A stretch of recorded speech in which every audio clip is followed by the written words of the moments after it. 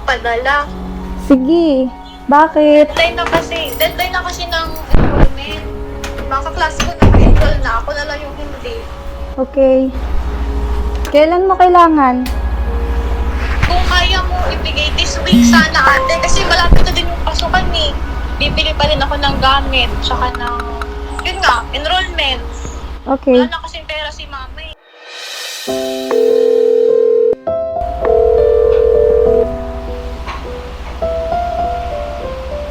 Hello, sir. Hello, Ann. Ba't napatawag ka? May tatanong lang po ako.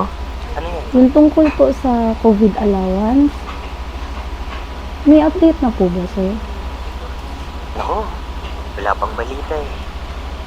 Ganun po. Delayed na naman. Baka next month pa ma-release. Update na lang kita ha. Sige, sir. Noted po.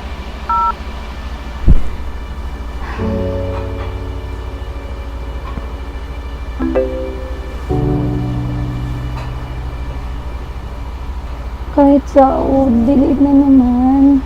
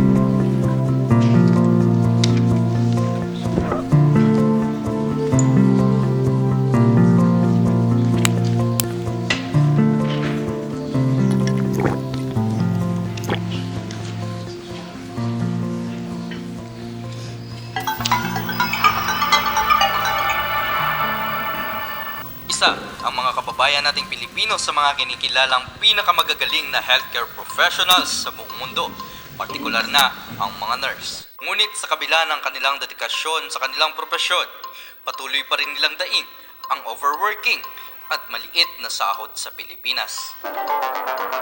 Samantala, Canada, patuloy pa rin ang paghikayat ng mga immigrants papasok sa bansa upang punan ang kakulangan nito sa healthcare professionals.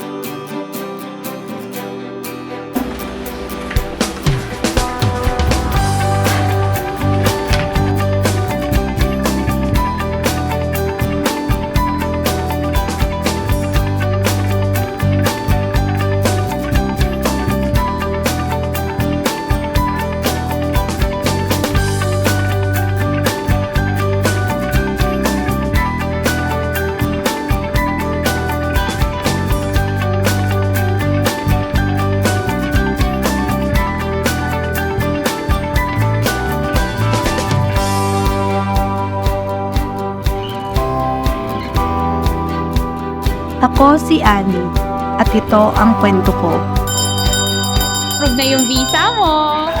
For the visa stamping na tayo. Congratulations! Handa ka na rin bang tuparin ang pangarap mo?